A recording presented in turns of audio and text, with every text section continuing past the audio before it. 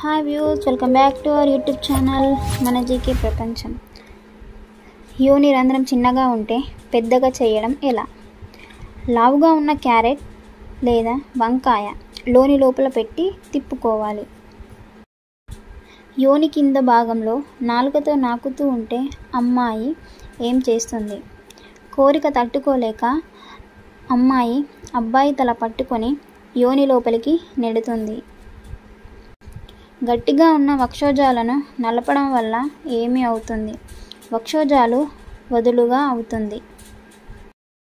అమ్మాయిని పడుకోబెట్టి 2 కాళ్ళు భుజాన పెట్టుకొని పురుషాంగాన్ని యోనిలో పెడితే అమ్మాయికి ఎలా అనిపిస్తుంది? చాలా హాయిగా ఉంది, ఇంకా లోపలికి పెట్టించుకోవాలి అని అనిపిస్తుంది.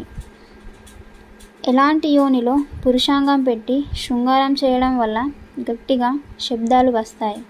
వెడల్పుగా ఉన్న యోని. భర్త దూరంగా ఉంటే భార్య ఎన్ని రోజులు శృంగార కోరికలతో ఉండగలుగుతుంది? 20 రోజులు లేదా 30 రోజులు. స్త్రీలకు యోనిపై మొటిమలు ఎందుకు వస్తాయి? ఎక్కువ హస్తప్రయోగం చేయడం వల్ల. అమ్మాయిల నడుము మరియు వెనుక భాగం లావుగా ఎప్పుడు అవుతుంది? వివాహం తర్వాత.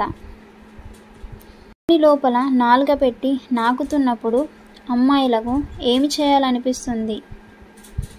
అబ్బాయి నోట్లో పోయాలనిపిస్తుంది. అమ్మాయి యోని మీద వెంట్రుకలు తీసి చూస్తే ఎలా ఉంటుంది? చాలా నీట్గా మరియు క్లీన్గా ఉంటుంది.